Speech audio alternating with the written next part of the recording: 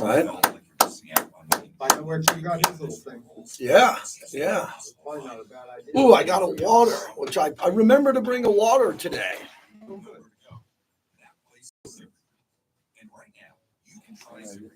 Yeah. My voice is the tool of my career.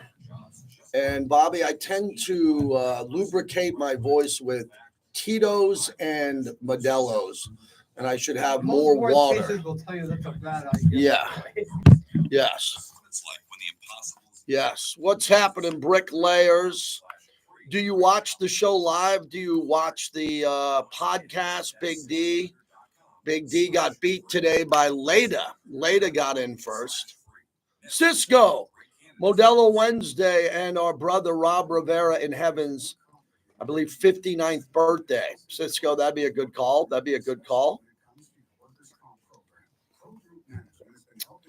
Yeah, I do these doubles. So last week, no one cares about my schedule, but I do.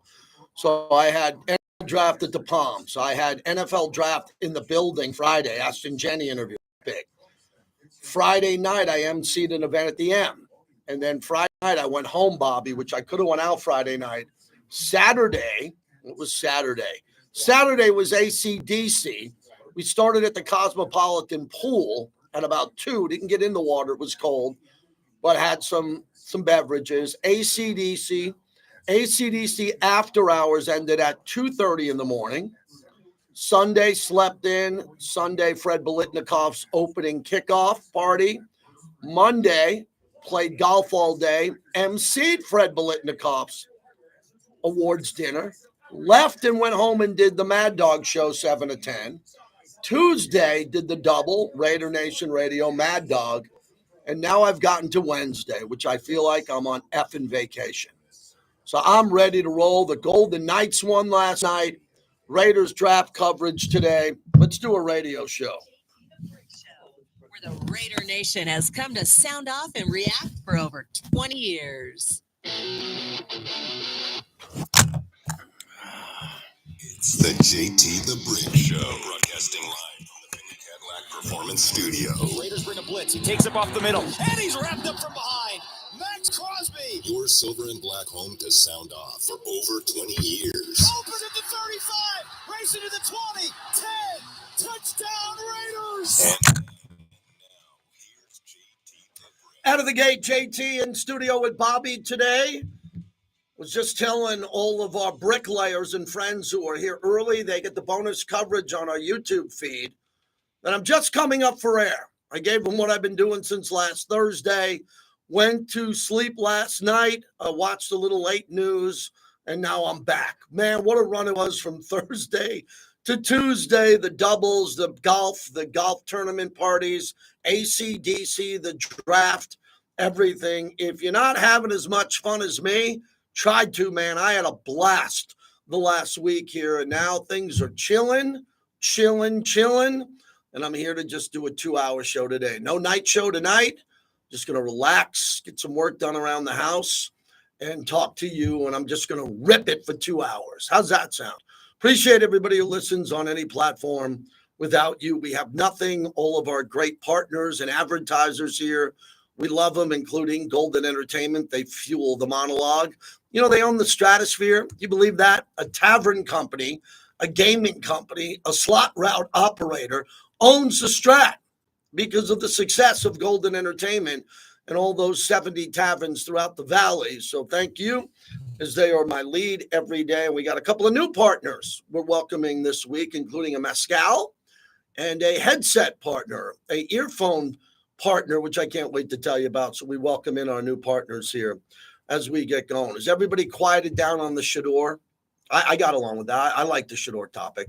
I went off on it for 2 days, man. Low-hanging fruit. Look at the low-hanging fruit every day. I just try to do a better show than the low-hanging fruit. We don't do a lot of cheeseburgers and airport talk and just waste your time. There's shows in radio that they feel like they can talk. They have like 6 on the radio, and they think they can talk about their personal lives Wi-Fi, where they go eat. Can you imagine doing that? I feel like there's a clock in my head every time I say something, Bobby, about my life. The clock saying, get off that, get back to sports.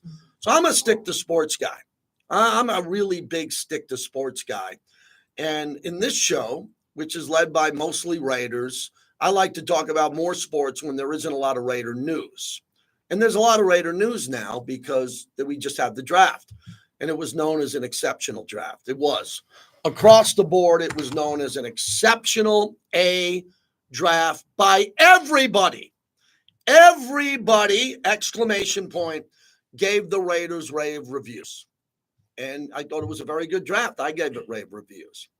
The problem is the majority of the people that gave the Raiders and the Ravens or the Bills rave reviews, these are the same people that thought Shador was going to go in the first or second round. So you got to look at it all. I'm a former stockbroker. I like real estate. If I didn't tell you 2 months ago that the market was going to collapse, blame me. It did for a little bit of time. I waited through it. And you try to get through it. But a lot of the NFL insiders in our world of the NFL got a lot of the draft wrong. I mean, I'm sitting here congratulating myself for getting Ashton Genty right. You know why? I had Ashton Genty going to the Raiders a month and a half ago. So if they got Mason Graham or they got Ted McMillan, I don't think anybody would have beat me up for it. But, hey, no one patted me on the back and said, hey, JT, 7 weeks ago you said, calm down, we're going to get Ashton Genty. And we did. So you get lucky every once in a while. I mean, I needed to get lucky because no one thought we'd get Cleve Farrell at number 4, right? Or Tyree Wilson at number 7. So this was kind of an easy one to get. And now we have Ashton Genty, who Paul Gutierrez, real fun story.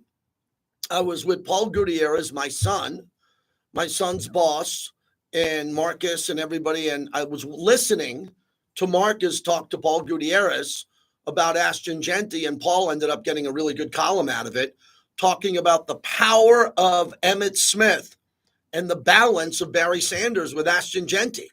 And now Paul's with the Raiders officially. So you go to Raiders.com and read the article. And it's really good. So the draft went well. And everybody gave the Raiders A grades.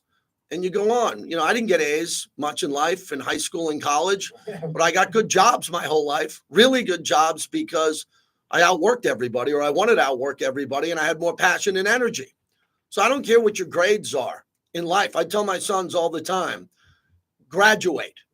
My dad told me you got 4 years, that's it. I told my sons, you got 4 years, that's it. And they both graduated with good grades. I'm so proud of them. Now you got to go get a job. All right, now you go figure it out what you want to do. But the Raiders got great grades. Now the players who got the high grades got to go perform. So earlier today on X, at JT the Brick on X, I put out a deep thought tweet, which aren't many. Most of the time I'm getting into people's DMs for being heinous at times. I'm like a 14-year-old girl who just got kicked out of junior high school sometimes on X. But, I was thinking about this morning when I was having my coffee, I said, what did the Raiders do in this draft that impresses me the most? And that's the topic today. That's the topic. And I come up with it. I'm not Bach. I'm not Beethoven. I just sit around in the morning and I try to come up with topics. And I don't use a pen. And I sat around and said to myself, what did the Raiders do in the draft that was most impressive? And a light bulb went off above my head. And I said, that'll be the topic for the opening monologue. What did the Raiders do for you that was most impressive? And then I started reading. I give myself an hour and a half to read every morning about sports. And most people that are in the know said it was this. It wasn't about a player. It had nothing to do with a player. It had to do with the way they ran the draft. How John Spytek and Pete Carroll agreed, and they talked it out. And people in the room knew that if you were a wide receiver coach, you knew Besh was the guy they were going after. So you were aware, because the greatest of all time was Al Davis. And I've heard this from Freddie and other people who were in the room. There were years where Al Davis really respects his coaches and his scouts and everybody, but Mr. Davis would be like, boom, no, I'm taking that guy. Imagine that. And Mr. Davis had a brilliant overall career, some years better than others, where Al Davis would take in all this information from everybody. And do you understand that there were people in the war room with Al Davis that didn't know who they were going to pick? Well, this is unique. It's different. And supposedly the conversations that Pete Carroll and John Spytek had in real time was fantastic. No egos, no one getting in the way. I mean, John Gruden's a great friend of mine. Great friend. Does he have an ego? Oh, yeah. It's big. He worked with Mike Mayock, right? Antonio Pierce. Love working with him. Love working with him. I don't think he had a big ego. He was just had a lot of bravado. All right, he had Tom Telesco. They barely knew each other. I mean, Coach Pierce was calling him Telesco. I'm sitting there going, I wonder how they're going to work together. And then you had other groups, Reggie McKenzie with Jack Del Rio. I wasn't in the war room. I can't tell you how they worked together. You had Josh McDaniels and Dave Ziegler. They were in there together. They knew each other well. They had some good picks and some bad picks. But this one seemed to work out because of the chemistry between Pete Carroll and John Spytek. And what I started to think about was, this makes sense. It's Spytek's first ever draft, working under Jason Light in Tampa, who had a great track record. And Pete Carroll's done this so many times, he has no ego. Do we all understand the new competition, Pete? He's got a class at USC. He's got grandkids. He's got a son on the staff. He's not looking for politics. He's not looking to bang a table and say, no, that's my pick. No, we're not. No, he's cool. He's chill. He's dead and company, Vegas, Sphere. He's like, yeah, me and Johnny are going to figure this out, and they nailed the draft. So that's my big takeaway. Before we get to the players, I'd like the fans to address what you might have saw, which I didn't see. Maybe you saw something on TV when they went to the war room. Maybe you know someone in the know. What did you like about the chemistry between John Spytek and Pete Carroll? From everything I'm hearing, it was outstanding. It was like to the point where people noticed in the war room and outside the war room. And then they just went to work on their picks and they traded back and they got the players they wanted. Is there anything better in the draft? Anything than getting the player you want in the first round? They got Genti. But how about having a guy on your board, a wide receiver on your board in the second round, and you get him in the fourth? I mean, that must be an adrenaline rush. When you sit there and go, man, I got a third round grade on this guy and we got him in the sixth. How did that happen? Oh, it happened because your scouting department did a great job and you're in the know and you got the player you wanted. So I thought the Raiders did a lot of that. So we're kind of wrapping up our draft coverage. Bill Williamson will join us coming up. He's really good. We could get a Jason Horowitz appearance today. The Hall of Fame voter, Howard Balzer, we were supposed to get him yesterday. He's going to join us today. So I'm pretty busy today, but I want to talk to fans about what you thought was your big takeaway. We're broadcasting, not narrowcasting. So I need some Raider fans, old school, new ones, who understand the big picture about what the Raiders are trying to do. No one wants to win more than me when it comes to radio. No one. How could you even debate that? This is my 28th year with the team. Who wants to win more than me? You know, I saw Vic Tafer. They were saying his winning percentage. I've been here for a long time, too. We haven't won a lot. My first 4 years with the team, I started in 98. We went to 2 AFC championship games and a Super Bowl. It was a pretty good winning percentage for JT the Brick. Year 1 through 4. Rest, not a winning percentage, but I don't play and I don't coach. I just run a fast-paced radio show. So when we look at this team, I am totally invested in winning, completely invested in winning. And I believe, like in times in the past where I hoped and I was wrong, I believe more than ever that the system in place, and a lot of that has to do with Tom Brady and what he's doing and John Spytek and Pete Carroll, the coaches they retain, which is a big topic. I hope someone writes a piece on that. Why were coaches retained? The other day I saw Rob Leonard, I saw Joe Philbin. Why was certain coaches like Patrick Graham retained and others let go? That's a big story that I want to dive into. But I thought that that everybody in the organization had a great day. And I think as Raider fans, we should be celebrating that. You know, a lot of Raider fans are confused because we think the team's pretty good, but they don't win a lot of games. And that's very confusing. I can't predict. The schedule comes out May 14th. What a show we're going to have that day. So the schedule comes out. Yeah, I'm going to be back by then. My son graduates on May 12th, and we'll be back on that day when the schedule comes out. And I don't know who they're going to play and who they're going to beat. I don't know what the score is going to be, but I know that the team is better equipped to win long term.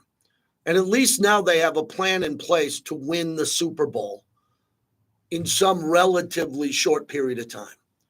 And I think I'm using the model of the Washington Commanders. The Commanders were a 4-win team. Like the Raiders, they went to the championship game.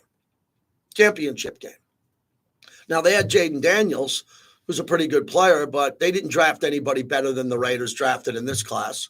The Raiders have Max Crosby, the Commanders don't. The Raiders have Brock Bowers, the Commanders don't. So I'm going to hope for that model of the Commanders for the Raiders with a quick turnaround. And it won't be this year. I'm not going to sit here and bang my chest. But what I could do is coming out of training camp say, I'm going to predict them to go to the playoffs. The problem is on any list that you look at, which is power rankings, I talked about it yesterday, in any list that you look at, the Raiders are still last in the AFC West. For now. But they had a better draft than everybody else. So no doubt on any group that you looked at, any website, the Raiders had a better draft than the Chargers, the Broncos, and the Chiefs. No debate. But then how come they're still at the bottom of the division? Because people don't believe until the Raiders start winning games. And we can't control that on the radio. We can't control that. They have to control it. They have to have a lead with 5:38 to go in the fourth quarter. They need to be up by 7, and Geno has to have the ball. And Ashton Jeanty needs to be running out the clock. And the other teams come out with 3 minutes to go because Jeanty on 2nd and 4 just picked up 13 yards, stayed in bounds, and the clock is tick, tick, tick, tick, ticking. And the Raiders have Jeanty and Brock Bowers to close out the game. And a big caveat, Geno can run. So Geno on 3rd and 4 goes, oh, my God, there's 1:40 left now, and A.J. Cole's warming up. He might come into punt. No, Geno just ran a quarterback draw for 7 yards. Game's over. They don't have any timeouts left. Now, we can get some of that mojo going. Then the Raiders are going to be really good. Got to play with a lead. You got to close out games. Last year, we never played with a lead. We didn't know how to close out games. We made some games interesting. Down the stretch because you know what the Raiders did last year? They showed tremendous heart and fight. Yeah. And the coaches who were a part of that and the players are still retained. The other ones are gone. And then some players left on their own for money, right? They left on their own. Patrick Spillane got paid. I mean, what free agency strike the top of the hour and 8 seconds later he took that deal? Yeah. He took the bag. Trayvon Merrick took the bag. I mean, I would have took that bag in Carolina. That was a big one. Yeah. I mean, man, how do you tell Trayvon Merrick to turn down that money? Well, I would trade out Jeremy Chin for Trayvon Merrick all day long. I think Jeremy Chin's a better player than Merrick, and I like Merrick's improvement. We'll see what happens. Devin White's always been one of my favorite linebackers. I saw at Raiders.com, they put up a couple of pictures of him at practice. Can he be better than Robert Spillane? He's been better than him most of his career, and he won a Super Bowl. I don't know if he could be better than him. We'll see. And then the Raiders went out and got a couple of big offensive linemen, and they got 2 great wide receivers, Thornton and Besh, who I think are going to be great. Here's a conversation I had with the Raider alumni at the Biletnikoff event. I was telling him about the receivers, and he said to me, wow, do we have enough receivers? I said, well, let me throw this by you. You got 2 new receivers in the 2nd and 4th round who could be studs. You got Jacoby Myers. You got Trey Tucker, right? You're looking at the players that you got, and then you know you're going to have some backups. How many more do you need? And the alumni said, well, what about Amari Cooper? I said, ooh. And then someone actually tweeted at me today about Amari Cooper. And I said, I'd have no problem bringing Amari Cooper in. He's a great player. He's a very good player. We're familiar with him. If they think the price is right, he's another weapon. He's more of a number 2 now than a number 1. Can you imagine breaking the huddle with Amari Cooper, Jacoby Myers, Brock Bowers, Besh and Thornton, and Trey Tucker? I mean, how many more do you need? How many more do you need? Well, you need guys because guys get hurt. So you need depth, and I think the Raiders have depth. I looked at the undrafted free agents who they signed, and I'm like, wow, that's a list of guys. And Raider Mort, I hope, Raider Mort is a longtime great friend and listener to this show. And Mort, who I've known for close to 30 years, have always told me Mort knew Raider history better than everybody. And Mort's going through time now. I'll leave that off the air, but I try to talk to Mort. And he always says to me, JT, that guy's just a guy. Fred Biletnikoff wasn't a guy. Cliff Branch wasn't a guy. They were elite. And I think that the organization is heading now. We're not looking for guys anymore. Right. We're looking for Pete Carroll type of players who are taller and longer and more violent. So I don't think they're going to bring in guys who are like 5'11", who are corners. They're not going to bring in these guys, I don't think. Maybe one will slip through the cracks because he's really talented. But I think the specifics and the dynamic of the players coming in are all going to be a specific type of player that fits Pete Carroll's model, because John Spytek is getting the players for Pete Carroll and Chip Kelly and Patrick Graham. I'm sure John Spytek likes a certain type of player. He's a Michigan man, a Super Bowl at Tampa Bay. You had Godwin and Evans. I mean, come on. Look at those wide receivers. You had Devin White in the prime of his career. They've had really good players. They brought in Tom Brady, a veteran quarterback. Gino's not Tom Brady, but he's a very good veteran quarterback. So the team is now being put back together again. No one dismantled it. Antonio Pierce didn't dismantle it. Josh McDaniels, I don't think, did a good job as a head coach, but he wasn't the GM. He didn't dismantle it. Now we have better players because we had to get better players because we kept firing GM, head coach, GM. And then finally Tom Brady got brought in, and we're going to do this differently. And it's being done and executed differently. So I think every Raider fan should be really excited about this, because sometimes in the offseason, you'll see a Raider fan and they'll be like, nah, I don't believe it. I'll believe it when I see it. I'm not getting that vibe now. I'm getting that a lot of Raider Nation is more relaxed, calmer, mentally healthier. They're just walking around going, yeah, I can see this. I understand this, JT. Not that I'm preaching it. I'm just telling you what I see. You have your own opinion. But everybody seems more calm and cool about the process. Would you agree with that? Like I said, I look at the economy. I look at politics. I look at music. I look at this. I don't like chaos. I don't like uncertainty. I don't. I like things to be calm and cool and quiet and stable with my wife, my kids, my parents, and everything. I don't like a lot of chaos. And usually every year coming off the draft, there's no chaos. You draft good players. You're excited about them. They're going to try to make the team, but this one's just different. And let me just say this so someone can clip it. Maybe my son will. I'm looking right into the camera in 3, 2, and 1. I have never, since coming to this team in 98, I have never been more excited about the potential depth of this team with the players they're bringing in on the back end. They got quarterbacks who might catch 60-yard bombs. The last I looked at some of this tape. They got guys who are coming in who are such unicorns and so unique, I don't know where they're going to be. They got a 300-pound defensive tackle who runs for first downs and gets the ball at the goal line maybe before Mostert and Genty. I mean, they got everything. And they got money left to go buy new players. Yeah. They still got money for a little bit of a secret, a little bit of a surprise. How about bringing in one more starter? Say it with me right now. How about, as a surprise, they bring in one more starter? Because we know we got new starters in the draft. We know that Besh is going to start and play. Maybe not every snap, but he's going to play. Ashton Genty is the featured back, right? There's starters on this team now. How about bringing in one more Christmas gift in May? Just a wrap toy that we don't know about.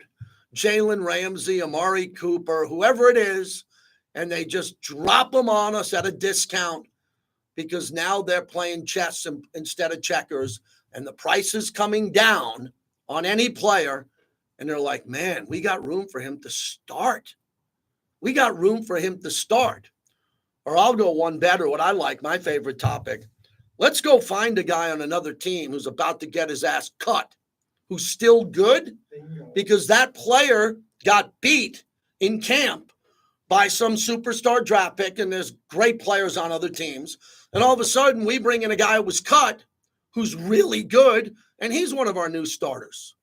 I like that idea. Hold me to that. So that's the monologue as we open it up.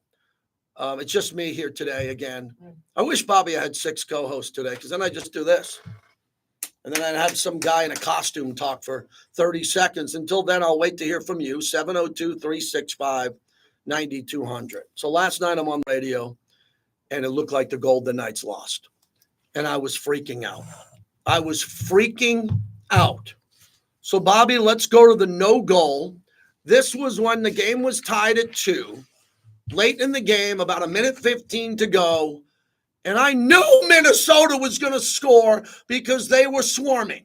They were swarming with their fresh legs, and they're shooting the puck, and it's all on net. And I'm like, oh, my God, they're going to tip in a greasy goal and win the game. And this is what happened.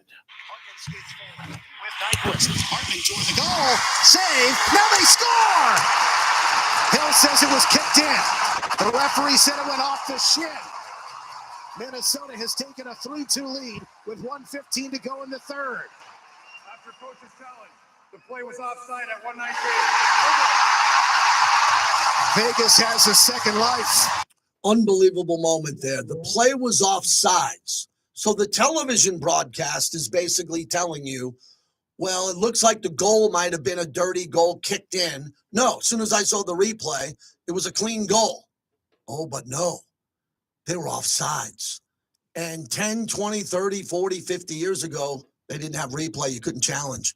Well, the replay wouldn't have held up. It now did. So the Vegas Golden Knights got a gift of life, and then they took advantage of it in overtime. Pearson can't move. He's using his skates, trying to kick it to a teammate. It ends up at the left wall for Hay. Drags it back, put it into the corner. Pearson centered. They score! Brett Howden, a hero again. 3-2 in overtime. Brett Howden gives the Knights a 3-2 series lead. That's one of the happiest moments I've had as a Golden Knights fan of that team, because we stole a victory from the jaws of defeat. Oh, yeah. And for the fans who were there, if you're a fan and went to that game, please call me today, 702-365-9200. What was it like to be in the building? Where I got reports from people in the building that the crowd wasn't great last night until the end. And there were fans, Bobby, confirmed, leaving when they scored. And before that, and then came back to their seats and were there for overtime. So if Vegas lost that game last night, I don't think they win the series. There's still more hockey left. PK Subban last night late on ESPN, I was watching live, said, no, this ain't over. Oh, no. Minnesota is tough.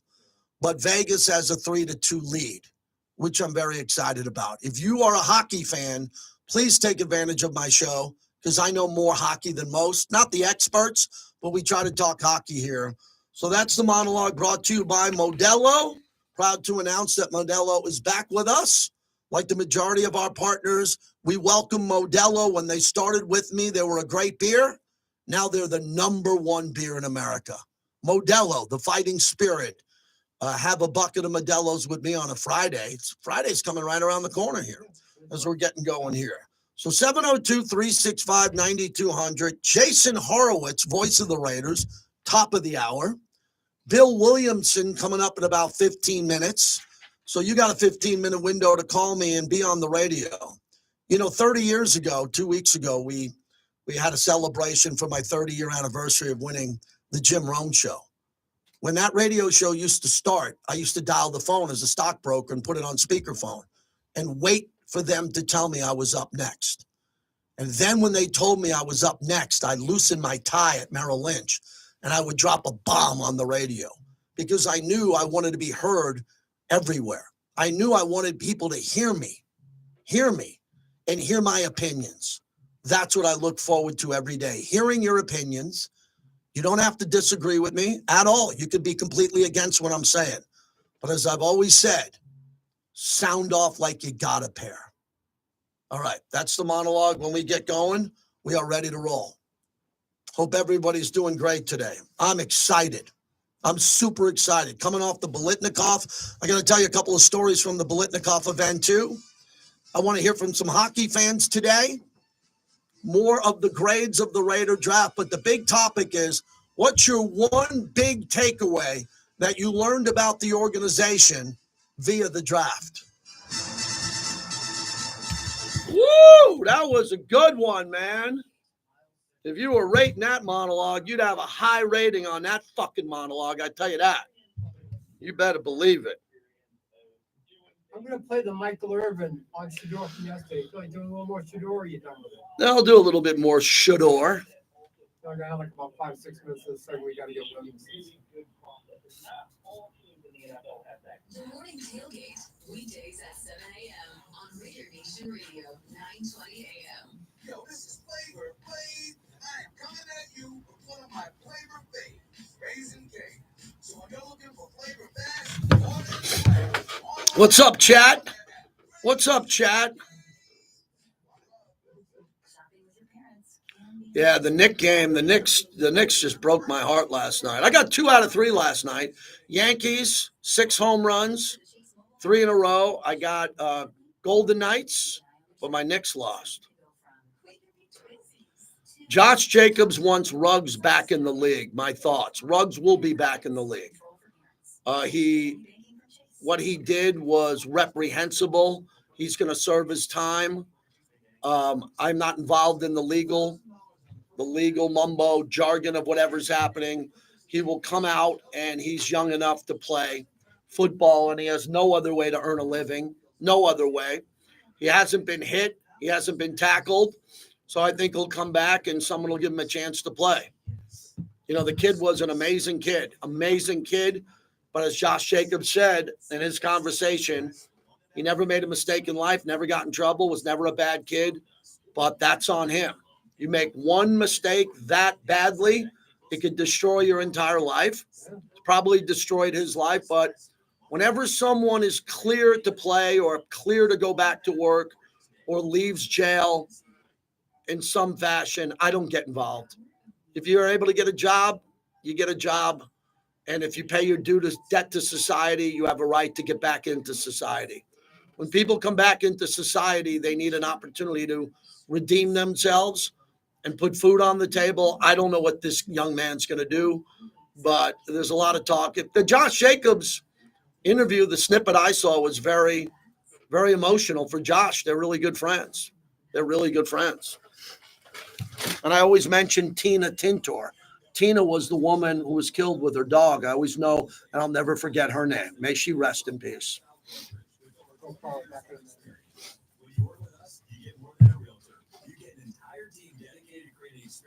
Horowitz at 1. Yes, I got it.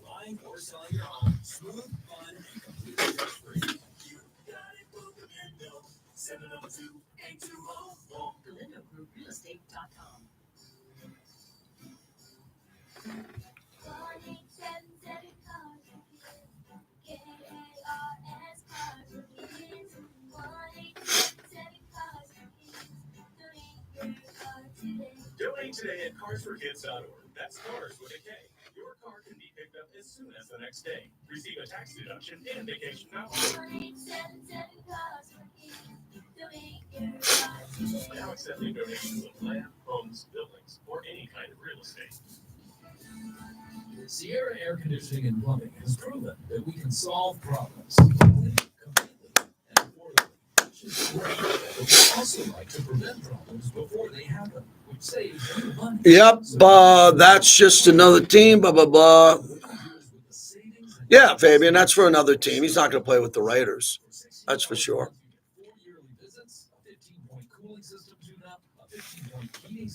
Let me get some of the Raider draft picks up in front of me. The official website of the Raiders has their draft tracker, which is pretty good. Okay, here we go. Yep. Give us a call at 702-380-7099. License number 0078689 and 081121.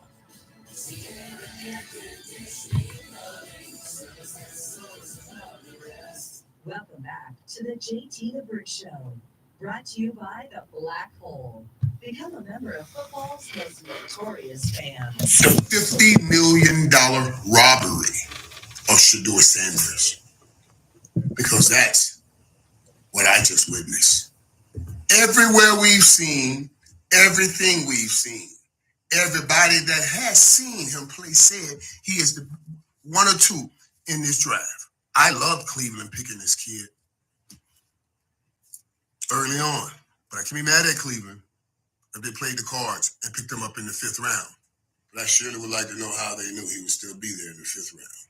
I've been on that stage for years and years and years.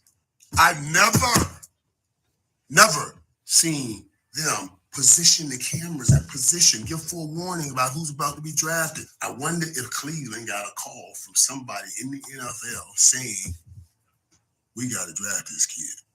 You just robbed this young man of $50 million. And it wasn't on his playing ability. Wow. Shame on you. Michael Irvin, a longtime employee of the NFL as an NFL network, best friends with Deion Sanders, knew Shedeur the day he was born, thinks he was robbed of $50 million. That's a strong opinion. JT, back with you as we continue. I've been shut out so far today, so we're going to keep going here. 102-365-9200. I gave you my opinion on Shedeur. I thought he screwed. It's the best word I could use for that. That's PG. He's screwed. That knew he was a 1st or 2nd round pick and didn't take him for a different group of reasons. But I think television and social media scared everybody. You know, the Raiders aren't going to take him. The Raiders have Aiden O'Connell, and they just gave Geno almost $70 million guaranteed. They didn't want that noise for Geno. Would you imagine Geno hasn't even played a game yet and he'd have Shedeur sitting behind him? But if the Raiders took him in the 5th or 6th round, I don't think anybody would have had a problem with that because he wouldn't have got paid and he could have been mentored by Geno and he never would have had to play. But the Raiders were too busy knocking down really good picks for players they needed midway later through the draft. But Cleveland should have took him earlier. Pittsburgh should have took him earlier. New Orleans, oh my God, New Orleans didn't take him early. They had a big need there. So there's been a lot of Shedeur talk. There's a lot of talk about Bill Belichick's girlfriend. You know, a lot of people think that's a really touchy topic for some, not for me. Not for me at all. Okay, I've been married happily, not divorced. And I look at life and, you know, some of my great friends have been divorced by great women, moms of kids that I know. But whenever we do have a wackadoodle woman get somewhere in our group of guys, we all speak up, period. Belichick doesn't have that. No one in Belichick's world, including his kids, his son, who's a coach, no one pulling him aside and saying, break up with that girl. It's very easy. And this is not a gender thing. This goes with guys. If you're a woman and listening to me and one of your girlfriends is dating someone who's way out there, what do you ladies do? You take your girlfriend to lunch and say, you're done. Break up with them, you're done. You know, you have that one person in your group, that happens to be me, who's more vocal than others and say, no, you don't get it. We are insisting that you break up with that person. This is not a debatable topic. We don't want your opinion. We're here to have an emergency lunch to say, you got to break up with that person. And that's what Belichick should be doing, and he's not. And that is a character flaw for a guy in his 70s who did not have that character flaw in his 60s and 50s. People change. That's okay. But for Belichick, eventually, he could get fired for this. He could end up losing his job because his girlfriend goes rogue with information, something online, something in a phone. You don't know. It's going more that way than that she's going to disappear. That's a big time story that's happening now. I mean, Belichick, this story is now viral, and it's supposed to be about North Carolina recruiting players in the portal. And now everybody around college football is listening to this. Jordan was a constant presence during our interview. You have Jordan right over there. everybody in the world seems to be following this relationship. They've got an opinion about your private life. It's got nothing to do with them, but they're invested in it. How do you deal with that? Never been too. I think Belichick, as I said, Shador got screwed. Belichick kind of got screwed. Belichick, the Atlanta Falcons didn't. You see what happened to the Falcons? Jeff Ehrlich, their assistant coach, is pranked Shador. The organization got fined $250,000, $250,000, and then he got fined $100,000 for a 21-year-old college kid pulling a prank. But that organization thought they were too big to hire Bill Belichick. Now Belichick's sitting around. He's got all this distraction, and it's interesting. And I forget who said it best, that Belichick never wanted to speak to the media. Can you imagine being a beat writer, Vic Tafer, Paul Gutierrez, Levi Edwards, and covering Belichick for 10 years? Now, first off, you win a lot of games. You're at the biggest games, and you're writing the beat for that, writing articles. But every time you sit in front of Belichick, you park the car, you go in there, and he doesn't talk. And now he talks this way. Incredible storyline. I want to bring everybody over to Raiders.com to Rhett Lewis, who wrote a really good, we had Rhett on, and he did a lot of work on the side for the Raiders, and he gave his full draft analysis. I wanted to give you two players that he analyzed that I thought was unique. He said this about the cornerback out of Iowa State, Darian Porter at number 68. Stop me if you heard this before. Pete Carroll found a long, levered corner who began his collegiate career as a wide receiver. Sure, that's Richard Sherman's story, who found immense success in Seattle, but Porter boasts an elevated athletic profile. He ran a 4.3 40 at 6'3" and 195 pounds with a 10'11" broad jump. Porter will benefit from Coach Carroll's tutelage and expertise at developing defensive backs since he's still young in his craft after making the transition from offense. Porter also boasts 5 block kicks in his career. 5 block kicks in his career. And then the other player that really jumped out at me was the guy I'm the most psycho about. I picked number 108, Dante Thornton, junior wide receiver at Tennessee. Rhett Lewis writes, if there was a pick that was going to make the late, great Al Davis smile from above, it was the selection of speedster wideout Dante Thornton. The Vols utilized Thornton's deep threat capability to great success, achieving a college football leading eye-popping 25.4 yards per reception to go along with the team leading 6 receptions. He led Tennessee in the SEC in touchdowns, and he averaged 25 yards per reception. And the biggest stat of all, which I could never believe at 6'5", he ran faster than Trey Tucker. What? We got him at wide receiver. So if you follow me in my thought process of Dante Thornton in the first round, and then Jack Bech, wide receiver out of TCU, an absolute beast, according to Lewis, a competitive catch extraordinaire. Bech is tough and physical with excellent hands, showcase those traits often throughout the Senior Bowl week in Mobile before finishing his career at TCU. Jack was at LSU, where he led the Tigers in receptions on a team that also had Brian Thomas Jr. and Malik Neighbors. How the hell did we get Jack Bech? Now, we know the story that his brother, who's older, 6 years older, died in the terrorist attacks in New Orleans.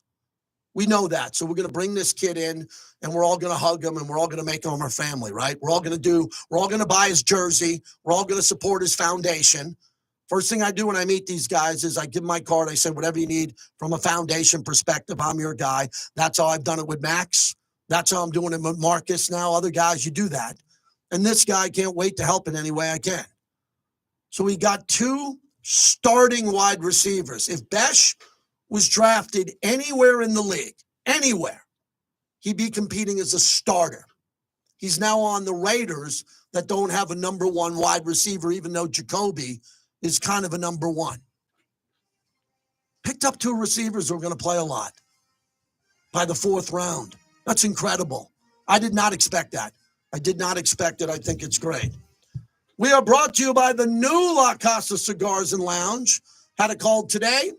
Wait till you see The new opening is coming up. We will broadcast from Tivoli Village as Mike opens up the new location of La Casa Cigars and Lounge. That's coming soon.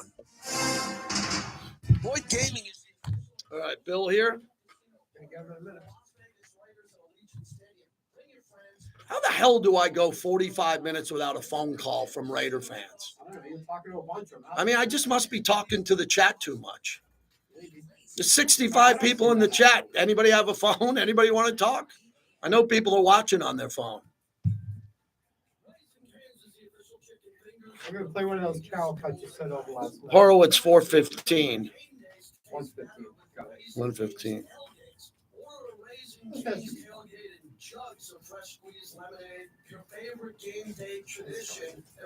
Maybe we can do Balzer at the top.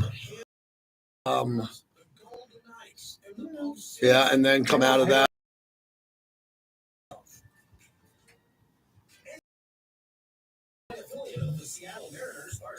Yeah, 120. 20. You know what? That'll work. Yeah. If we go like... Yeah, I know. Yep.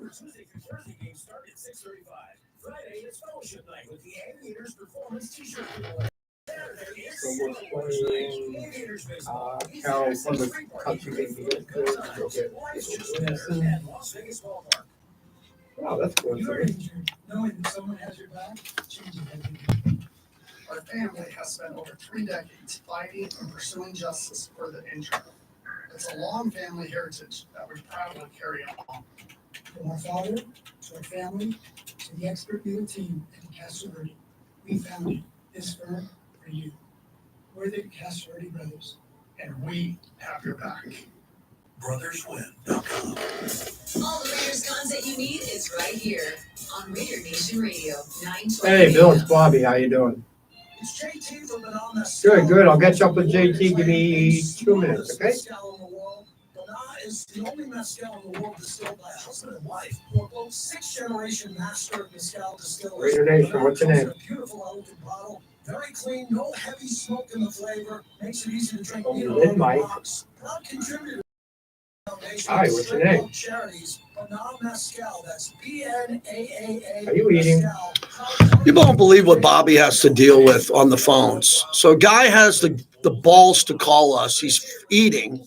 He's on speakerphone. He wants to come on the radio. Yeah. And Bobby just, I don't know how you do it. I mean, just hang up on these people. Yeah. I mean, just. After several decades, I learned how to be like Zen about the whole. I couldn't do it, man. I couldn't do it. Well, at first I used to cuss them out. Well, you know what hurts me? No, what bothers me the most is I only have 2 hours a day. So I want everybody listening, focused, calling, and I'm focused on that, plus all the content and all the stuff we're doing, the interviews and all that, which is not difficult. A very easy job. But the point is, some people just don't take it seriously on the other end. We take it seriously, man. Well, that's a dying breed. In this business. Hi, I'm Jacob Taylor, and I'm proud to say I'm now. Okay, Bill Williamson is all set. My dad to continue the legacy he started. And it's going to be Pete Carroll. Okay. Serious cuts you said yesterday. Okay. 24 hours or less. Offer cash advances with 0 interest. Cover You repairs got a up minute front to tell us and it's go going above and to beyond to be. get ourselves $1. And for our buyers, we negotiate like it's for our own family because that's how we treat every client. Experience, integrity, and heart. That's what we bring to every deal. So call the real estate guy at 702-310-6683 or visit therealestateguyLV.com. If your realty license number 38886, call for details. Talk to Aaron Taylor. The real estate. Boyd Gaming is the official and exclusive local casino partner of the Las Vegas Raiders and Allegiant Stadium. Bring your friends, have some fun, but always bet on black. Visit their 10 casinos across the valley. Don't let the game get out of hand. Please bet responsibly. All right, let's do this. Back to the JT the Brick Show, brought to you by Modelo Especial, the new #1 beer in the U.S. I thought John did a really good job of picking up picks for us. You know, we had 11 picks in the draft, which we really were hoping to do. That was a goal from the outset.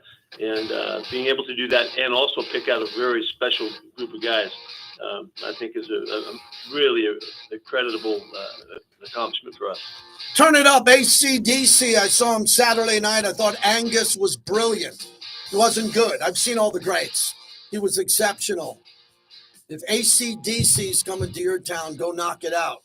Bill Williamson joins us covering the Raiders for a long time, the longest tenured insider we have on this show. And all its content is fantastic. Go to silverandblackpride.com.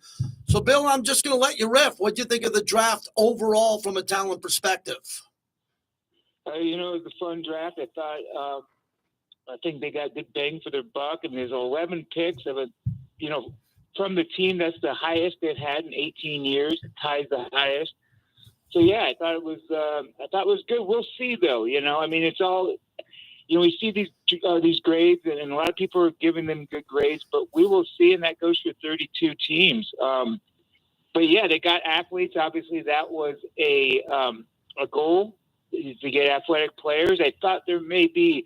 I think there's a lot of developmental players here, and you can say, "Hey, that goes for everybody." But yeah, but as far as like guys you can pencil in who have a real legit shot at starting in 4 months. It's Genty, of course, and then Betch, the receiver from TCU in the second round. I think he reasonably has a chance to be, if not a starter, a high rotation guy early on. And the rest of the guys, I think, are all the developmental players. Wow, I missed that one up. But you know what I'm saying? They're going to have to develop, JT. Yeah, the quarterbacks were big-time players in their programs. I'm talking celebrity stars. Tommy Metlott at Montana State, and then we see Cam Miller from North Dakota State, and these are guys that can possibly play other positions, but they got two players, one from North Dakota State and the other one from Montana State. I did my homework on these guys. These are iconic players at small schools taken in the 200s. I just don't know what you do with them, Bill, because they're going to need a third-string quarterback potentially who can come in and play and maybe have the athletic ability that these two young guys have. It's all about the developing them. Look here's the deal: is that once you get into that sixth round, it's all about who getting guys who you think you can build in your program, because a couple of those guys, they could have been undrafted free agents to other teams. So it's just getting guys in your program. And they're both interesting players. They both faced off in the FCS championship game last year. I saw there's two completely different approaches, because two different GMs, and Tom Telesco and John Spytek, of course, but they got kind of similar type players as the draft went on. Kind of bigger name, smaller school guys, a guy like Trey Taylor last year, who won the Jim Thorpe Award at Air Force, Dylan Lau, who was a FCS star himself. They kind of got highly interesting players, but these two guys, it looks like Mellott, the quarterback from Montana State, is going to be earmarked to be a receiver. Keep hearing Joey and Edelman there. Hey, that's a heck of a comparison. We have to see this develop. Again, I use that word, but it's going to take time for him. So what they're saying is he's a college quarterback who did a lot of things in college, but now he's probably going to be a returner receiver. Well, that's going to take time. The picking those two guys at 213 and 250 in the sixth round sent a monumental message to this draft class that, a lot of people didn't like this class, us included. They passed on Shadur Sanders. I think it ended up being, 10 times, including the trade? Will Howard, for God's sakes, wins the national championship with the Raiders offensive coordinator Chip Kelly, and they don't take him. Yeah. Quinn Ewers from a major program. They bring him in. They go to his pro day. They take Cam Miller, a project, over him. They take Miller 15 picks before Ewers got picked by the Dolphins. So they knew what they wanted, and it wasn't these higher profile guys. Yep. Bill Williamson is our guest. They passed on a lot of good players by trading back. Didn't mean they didn't get the best players on their board. You and I don't know their board, but by moving back, that was a calculated risk. It looks to me that it worked out. Bill, I'm really intrigued by the offensive line. At 98, they took Caleb Rogers from Texas Tech. And he's moved around. He's played guard, right guard, left guard, and right tackle. Love it, because I don't project him being a starter instantly, but a guy who's going to make the team, and he's big, he can come in here. But what do you think of Charles Grant from William and Mary? He comes from a small school, but the potential and the measurables, the athleticism is really big. He arrived at William and Mary at 240 pounds. He put on all this offensive line weight, and he really seems to be a guy who can do a lot of different things. Do you think these two offensive linemen who were taken before the 100th pick, they both got to make the team, and they both got to get in some type of rotation here? Yeah, I mean, I think they both will make the team. I think, anytime a third-round pick doesn't make the team as a rookie, it makes, league-wide news. I think they should be okay there. But, again, these guys they're a little raw. They're not quite ready to start, and that's okay. I would look at 2026 as their time to probably start. You look at a guy like Grant, as we sit here on the last day of April, I would think that he's one of my favorite of the picks. I think he has a real chance to grow into a legitimate starting tackle. I don't know how good, but hey, at the 99th pick, that's the Raiders are kind of set as far as who's going to start at the offensive line this year. Of course, we know they're going to have that competition. Jackson Powers Johnson. Start, we just don't know where. I would say center, but then you got Meredith, Parham, and the free agent Kappa, who was with Spytek in Tampa Bay, going for the other two spots. So we kind of know who's going to be there, but not exactly which. The five. We know 6 of the 5. So these young guys don't really have to start right away. I think, guys like Munford, a holdover from the last, he might be in trouble. There's going to be some competition for the back of the rotation here. Okay, last one. It's important. They have money left. Do you sense anything with the free agents? There's some good ones who haven't been signed, and there's potential, obviously, for Jalen Ramsey, Amari Cooper. Do you see that with this group here to add another starter now that the draft's over and free agency's over, kind of? Yeah, I mean, they need a nickel cornerback. You look at Asante Samuel Jr. from the Chargers. He's been there a long time. All these guys have been there a long time. So you wonder how the Raiders feel about him. But, we've seen already this week, teams are starting to sign these type guys. And I know the comp pick formula is out the window now because after the draft. So, we'll see. The Raiders will add more guys. Every team always does. And they're not done tinkering. I know this wasn't the question, but I think there's an interesting deal here is with the undrafted free agent. And this just plays the competition. They have, I think there's reported 23 guys coming in on tryouts. Yeah, that's a lot. Mini camp next week. And they have 15 guys reportedly signed. And then they have 11 draft picks. So that's 49 rookies at camp. That's a lot. Yeah. So what we're going to see, JT, is I think we're going to see some guys who are on the tryouts maybe have a chance to impress and take the roster place of a couple of guys who have already signed. Wow. So, Pete Carroll screams competition. That competition is starting now. 100%.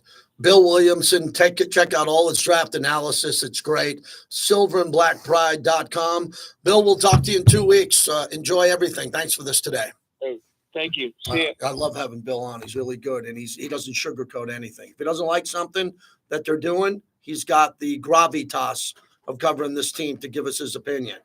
All right, we got Howard Balzer, Hall of Fame voter, and Jason Horowitz, voice of the Raiders, coming up here in hour number 2. As we are brought to you by Grimaldi's. It's the best pizza I've ever had, period. Had a lot of great pizza. I'm from New York. If you're new to the Valley, 4 locations. Grimaldi's Pizzeria. Go give it a shot. You want to break it between Howard and Horowitz or together? We're going to do...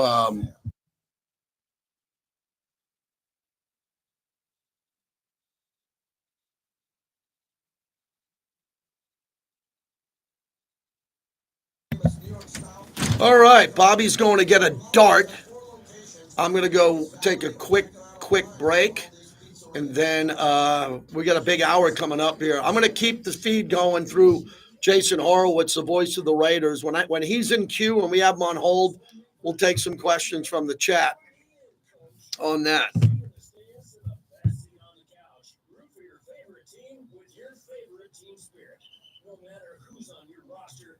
Man, the market moved today. The market opened up down 700. It's up almost 150. That's a good move.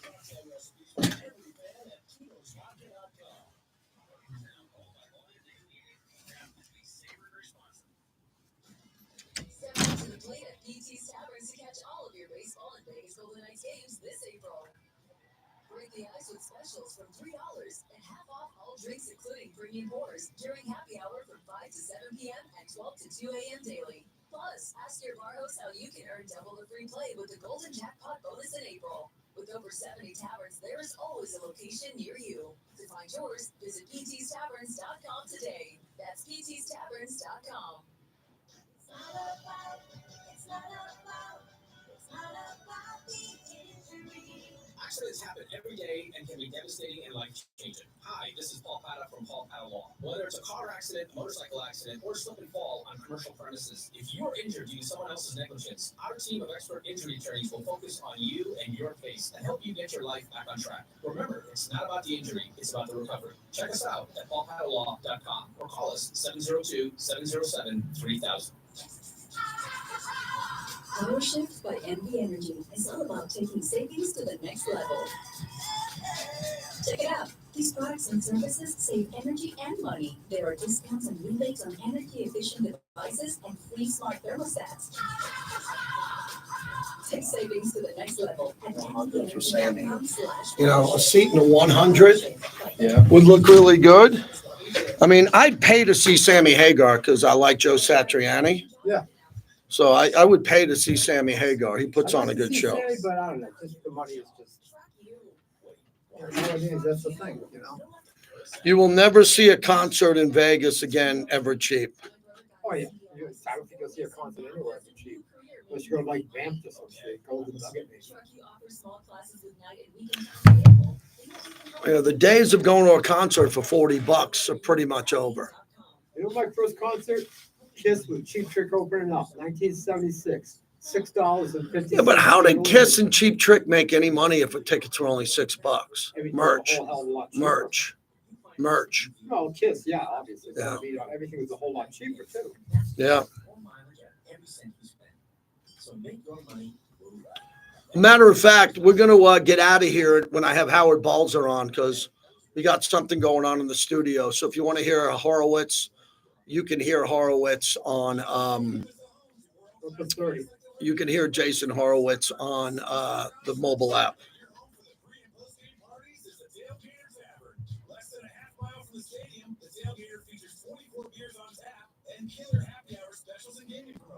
Plus, the kitchen is cooking up everything from shareable bar bites to breakfast, flatbread pizzas, and monster-sized burgers. This is your sports viewing headquarters. The Tailgater Tavern at Russell and Valley View, your gateway to the stadium. Don't miss the Rich Eisen Show following the morning tailgate. Weekday mornings at 10 here on Raider Nation Radio 920 AM, KRLB Las Vegas. Hey, let's do some Golden Knights again. You want to do the Golden Knights first? Yeah. All right. I mean, we're going to move Horowitz back a little bit. Yeah.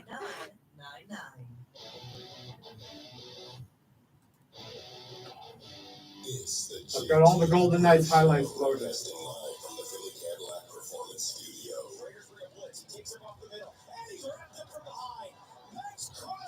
Your silver and black home is sound off for over 25 years. Over the 35, racing to the 20, 10, touchdown Raiders! And now, here's JT the Brick. All right, we got a big hour here, final hour of the day here. Q Myers coming up at the top of the hour, flagship of the Raiders, Raider Nation Radio. Hope everybody's having a great day. Still looking for draft grades, still looking for some analysis. Happy birthday in heaven to my Black Hole brother, Black Hole Rob Rivera, one of the founders of the Black Hole. He would have been 59 years old today, and I miss him every day. So shout out to his entire family, the entire Black Hole, as this hour is brought to you by the Black Hole. No, football's most notorious fans, they gave Max Crosby his Black Hole jacket, and he got it the first night of the draft over at Resorts World. It was really cool. unbelievable, and Max put it up on social media. So all of that was great. I want to start off this hour with hockey. Again, I led with it. The Golden Knights won. They took a goal off the board. Let's get to the game-winning goal in overtime as Vegas got new life, and they ended up winning the game. Pearson can't move. He's using his skates, trying to kick it to a teammate. It ends up at the left wall for Hayes. Drags it back, put it into the corner. Pearson centered. They score! Brett Howden, a hero again. 3-2 in overtime.